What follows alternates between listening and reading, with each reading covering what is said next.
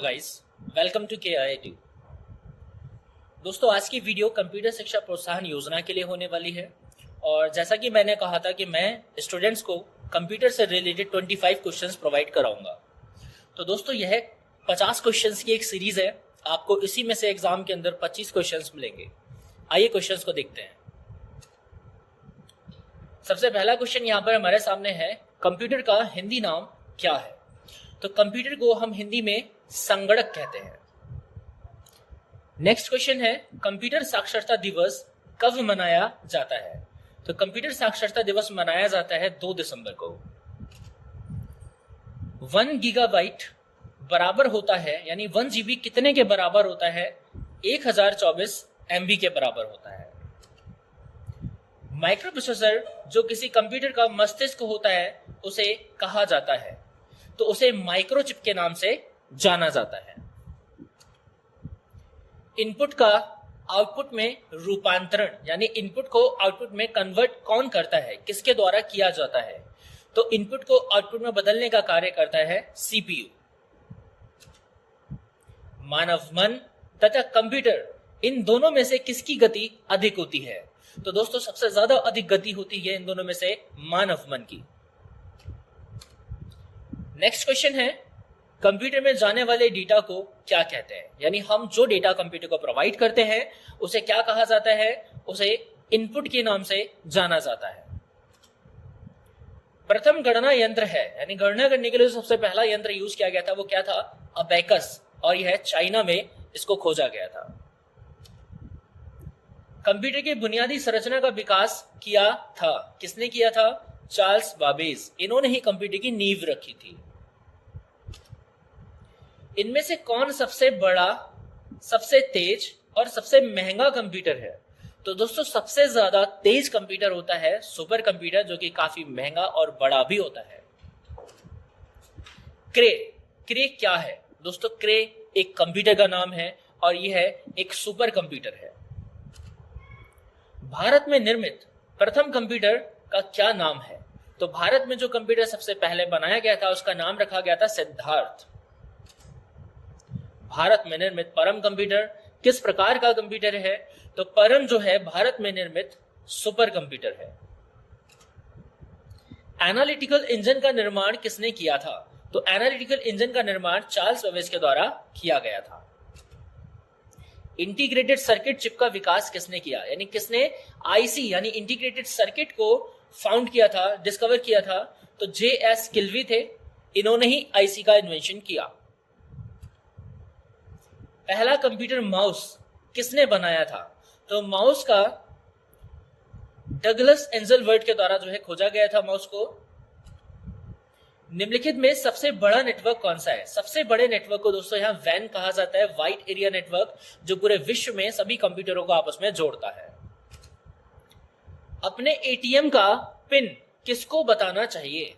तो एटीएम का पिन जाहिर सी बात है दोस्तों, किसी को नहीं बताना चाहिए। तो ना ही वो पुत्र है, ना ही पत्नी है और ना ही पुत्री है, किसी को भी एटीएम का पिन बताना नहीं चाहिए। www के जनक है, यानी www को किसने फाउंड किया? तो टिम वर्नर ली। इन्होंने www को फाउंड किया। ईमेल में CC का क्या अर्थ होता है? तो CC का फुल फॉर्म होता है कार्बन कॉपी। माइक्रोसॉफ्ट कंपनी के संस्थापक कौन है? तो माइक्रोसॉफ्ट कंपनी को पॉल एलन और विल गेट्स, इन दोनों ने मिलकर फाउंड किया था। तो A and V, ये ऑप्शन आपका राइट होगा। भारत में सुपर कंप्यूटर परम का निर्माण कहां किया गया था? तो भारत में निर्मित सुपर कंप्यूटर परम का निर्माण पुणे में किया गया था। डाउनलोड का अर्थ है अपने कंप्यूटर से किसी अन्य के कंप्यूटर पर किसी फाइल को कॉपी करना। तो यह असत्य है। डाउनलोड का अर्थ होता है किसी अन्य कंप्यूटर से अपने कंप्यूटर पर फाइल को कॉपी करना। ईमेल एड्रेस के दोनों भागों को @ चिन्ह के द्वारा अलग किया जाता है। तो यह सत्य है। एक ईमेल के अंदर दोस्तों यूजर नेम दे रखा होता है, फिर @ का साइन होता है और उसके बाद डोमेन का नेम होता है। तो इन दोनों ही चीजों को अलग करने के लिए सेपरेट कौन है? यहाँ पे @ जो एक सेपरेटर है, दोनों को अलग अलग करता है। तो यह आपका सत्य है।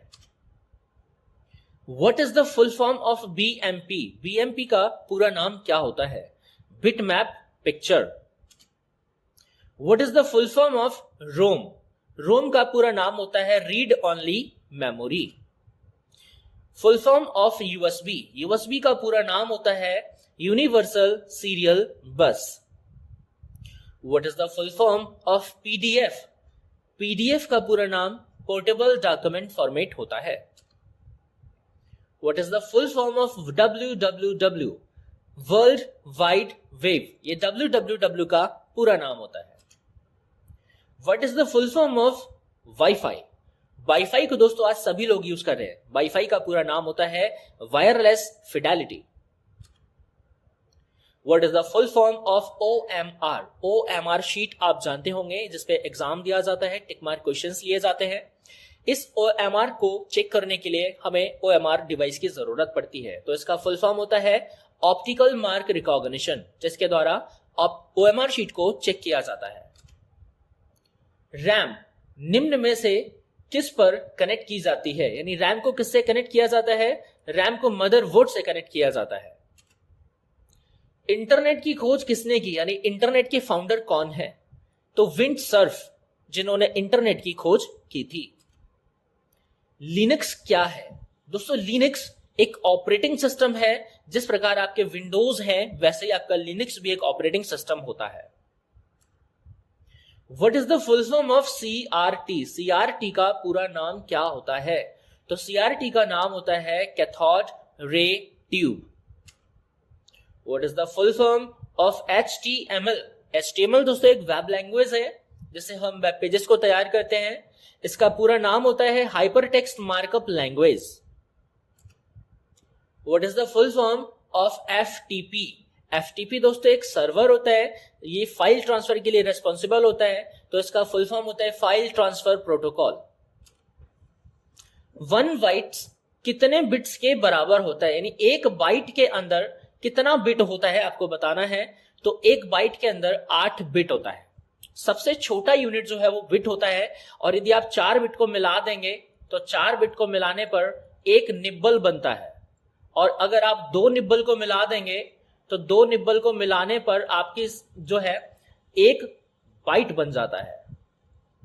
ठीक है, और 2 निब्बल का मतलब क्या हो गया? 8 बिट, क्योंकि एक निब्बल में आपका 4 बिट है, तो 2 निब्बल में कितना हो गया? 8 बिट हो गया। तो 8 बिट को मिलाने से जो है आपका 1 बाइट बनता है। कंप्यूटर में एसी को डीसी में कौन परिवर्तित करता है? यानी जो सप्लाई हमारे इस मशीन के अंदर जाती है, उसमें एसी करंट को डीसी करंट में कौन कन्वर्ट करता है? तो यह रिस्पॉन्सिबिलिटी होती है एसएमपीएस की, स्विच मोड पावर सप्लाई, इसका पूरा नाम होता है। कंप्यूटर रिजोल्यूशन मेजर्स, यानी कंप्यूटर का जो रिजोल्यूशन होता है उससे किसको मापा जाता है, आपको ये बताना है। तो इससे हम यह नापते हैं कि हमारे स्क्रीन में कितने पिक्सल्स अवेलेबल हैं, number of pixels. Cache memory निम्न में से किस में लगी होती है? तो कैश मेमोरी सीपीयू में लगी होती है। सीपीयू चिप के अंदर इनबिल्ट आपको कैश मेमोरी मिलेगी। एक कंप्यूटर को चलाने के लिए क्या होना अनिवार्य है? यानी ऐसा क्या है जिसके बिना आप कंप्यूटर को नहीं चला पाएंगे? तो वो है ऑपरेटिंग सिस्टम। बिना ऑपरेटिंग सिस्टम के किसी भी कंप्यूटर को नहीं चलाया जा सकता। निम्न में से कौन एक नेटवर्क टोपोलॉजी नहीं है? नेटवर्क टोपोलॉजी किसी भी नेटवर्क की संरचना होती है, जिसमें बस, रिंग और स्टार यह तीनों ही है। लेकिन मून यह किसी टोपोलॉजी का नाम नहीं है। तो इसका सही जवाब होगा मून। कंप्यूटर के सेंट्रल प्रोसेसिंग यूनिट का फंक्शन क्या है, यानी उसका कार्य क्या है? तो कंप्यूटर में जो सीपीयू होता है उसका कार्य होता है गणनाएं करना और प्रोसेसिंग करना।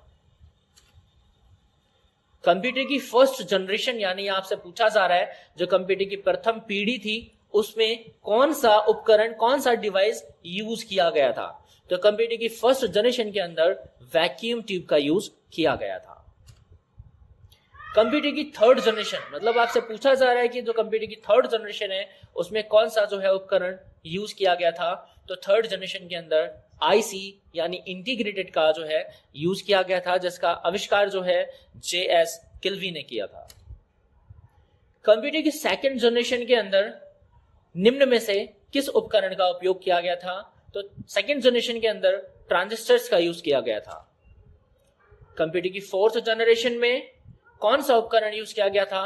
तो फोर्थ जनरेशन के अंदर माइक्रोप्रोसेसर्स का यूज किया गया था। फिफ्थ जनरेशन कंप्यूटर की पांचवी जो पीढ़ी है उसमें AI यानी आर्टिफिशियल इंटेलिजेंस का यूज किया गया। जितने भी आपके डिवाइसेस बने जैसे लैपटॉप्स, मोबाइल्स, इन सभी के अंदर आपका AI यूज हो रहा है, आर्टिफिशियल इंटेलिजेंस यूज हो रही है। कंप्यूटर निम्न में से किस सिद्धांत पर कार्य करता है? यानी कंप्यूटर के कार्य करने का सिद्धांत क्या होता है? तो कंप्यूटर के कार्य करने का सिद्धांत होता है इनपुट प्रोसेस आउटपुट। मीन्स आपको कंप्यूटर को सबसे पहले इनपुट देना पड़ेगा। जब आप इनपुट देंगे तब आपके द्वारा दिए गए इनपुट पर कंप्यूटर क्या करेगा? कंप्यूटर प्रोसेस करेगा, और प्रोसेस करने के बाद आपको कंप्यूटर से क्या प्राप्त होने वाला है? आपको आउटपुट प्राप्त होने वाला है। तो ये कंप्यूटर के कार्य करने का सिद्धांत होता है। दोस्तों यह सभी हमारे कंप्यूटर से रिलेटेड आपके क्वेश्चंस हो गए। इन सभी प्रश्नों को आप तैयार करेंगे और तैयार करने के बाद आप एग्जाम में बैठेंगे और आपको 25 क्वेश्चंस इन्हीं में से मिलेंगे। मैं उम्मीद करता हूं कि आप काफी अच्छी तरीके से इन क्वेश्चंस को तैयार कर लेंगे। मेरी तरफ से आप सभी लोगों के लिए बेस्ट ऑफ लक। मिलते हैं एग्जाम में।